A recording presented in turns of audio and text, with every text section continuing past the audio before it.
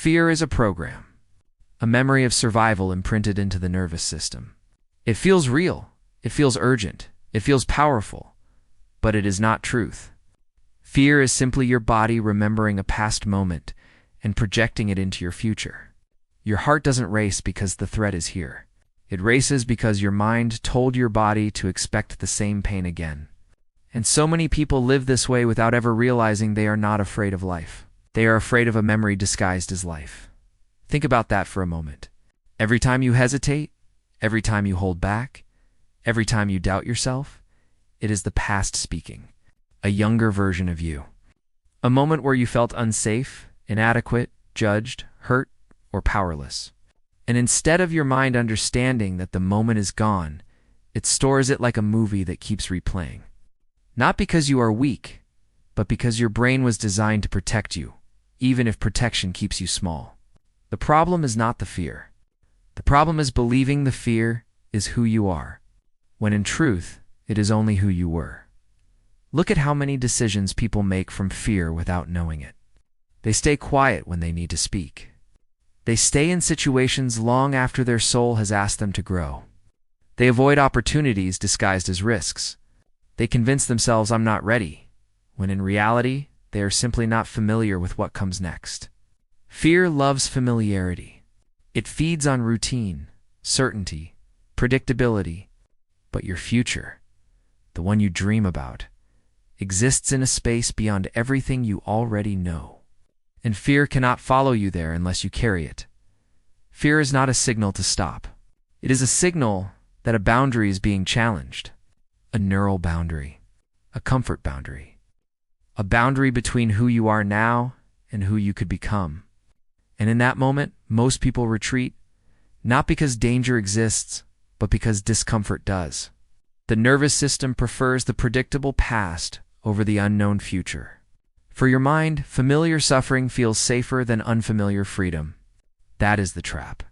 That is the cage. Not the world outside, but the world inside. So who are you when you strip fear away? Who are you without the story that says, "Be careful"? Who are you when hesitation is replaced with intention? When doubt becomes curiosity? When uncertainty becomes possibility? You begin to see that fear never protected your future. It only protected your history. And you are not here to repeat life.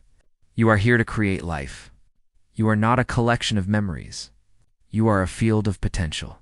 That potential begins the moment you stop rehearsing the past and start imagining the future with emotional certainty. Science has shown us that the same brain circuits activated by real danger are activated by imagined danger, meaning you are suffering from events that do not exist. You are running from shadows of moments that have already passed. But if your mind has the power to create fear from imagination, it also has the power to create peace, courage, belief, and expansion from imagination. The fear you feel is proof, not of limitation, but of power. The same energy used to repeat pain can be used to access possibility. The same emotional intensity you feel when anxious can be redirected into excitement. That trembling in your chest is not weakness. It is energy waiting for direction. Every time fear rises, you're being given a choice.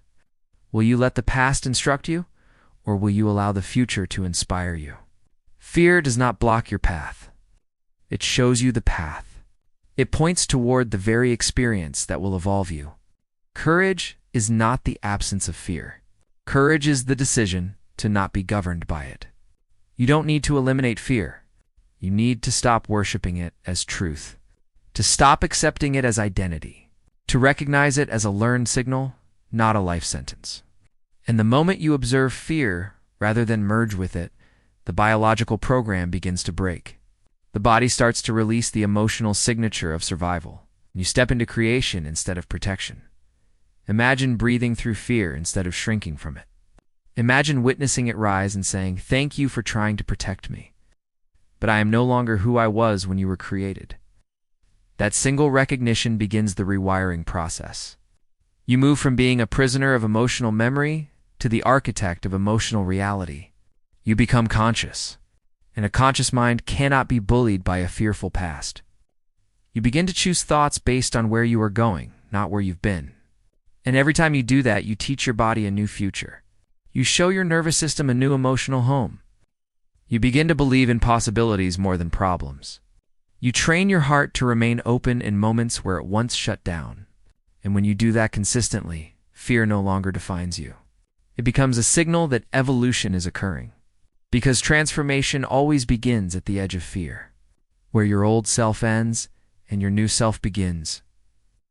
Thoughts are not just ideas floating in your mind. They are electrical impulses. Energetic frequencies, signals that shape your internal chemistry and external experiences. Every thought is a command. Every belief is a blueprint. You are not thinking randomly. You are programming reality. Most people do not realize they are architects of their lives at the level of thought. They wake up each morning and repeat yesterday in their mind, and then they wonder why tomorrow feels the same. They rehearse familiar doubts, familiar worries, familiar limitations, and then call it fate or personality. But fate is nothing more than thought patterns made consistent. And personality is simply the emotional history you haven't questioned yet. When you think from fear, from doubt, from scarcity, your brain produces the chemicals of survival. Your body becomes conditioned to expect danger. Your nervous system looks for threats. Your attention narrows. Your imagination shrinks to match the size of your fear. You stop dreaming and start defending. You stop creating and start reacting. And your environment reflects it right back to you, confirming what you already believed. See, this is why I can't take risks. This is why I'm stuck. And in that moment, you are not trapped by destiny. You are trapped by the thoughts you keep choosing to believe. Emotion is the language of the body, and thought is the language of the mind. When they work together, they create your state of being. This is why the past feels so real, not because it is happening now, but because the emotions from those moments are still living inside you. Every fear, every moment of doubt, every painful memory stores itself in the body as emotion. The mind may forget, but the body remembers. And when the body remembers fear, the mind becomes its servant, replaying thoughts to justify the feeling. That is why so many people live in cycles. They are not experiencing life today. They are re-experiencing an emotion from yesterday and calling it reality. The key to breaking fear is not to fight the thought, but to address the emotion that fuels it. You cannot think your way out of a feeling you have practiced for years. You must feel your way into a new thought. Awareness is the first step. When fear arises, most people react automatically. Their chest tightens, their breath shortens, their muscles tense, and immediately the mind begins to narrate a story that matches that sensation. This is dangerous. I can't handle this. Something will go wrong. But what if instead of being pulled by the emotional memory, you paused long enough to witness it? To recognize that what you feel is not the truth of this moment, but the echo of a moment long gone. The unknown is not your enemy.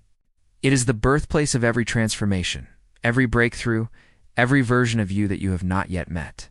Everything you desire, the confidence, the peace, the freedom, the success.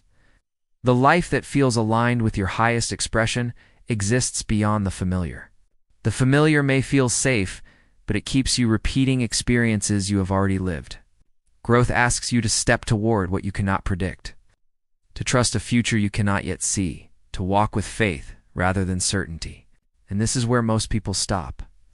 Not because they lack potential, but because they were taught to fear the unknown more than they fear staying the same. Every great evolution in your life will require you to leave something behind. A belief, a habit, a version of yourself that once protected you but now restricts you. You cannot carry your old identity into a new destiny. To step into your highest self, you must release the emotional past that has been shaping your choices. The fear you feel about stepping forward is not danger. It is the nervous system letting go of a known reality. That trembling is not weakness. It is energy shifting. It is your old self dissolving so a new self can emerge. You are not breaking down. You are breaking open. People often ask for a sign before they leap, but the sign does not come first. The leap is the sign. Life responds to movement, not hesitation. When you wait for evidence before acting, you are still operating from the past. But when you act from belief, belief in your future, belief in your ability to become something more, belief in your worthiness, you create a signal powerful enough to reorganize your reality. The unknown is not empty. It is potential, pure, and untouched. It is where the universe meets you halfway. But you must be willing to step into it without dragging the fear of who you were. There is a version of you already existing in that future you dream of, the bold you, the peaceful you, the disciplined you, the expansive you. That version is not waiting for the world to change. That version exists because you changed.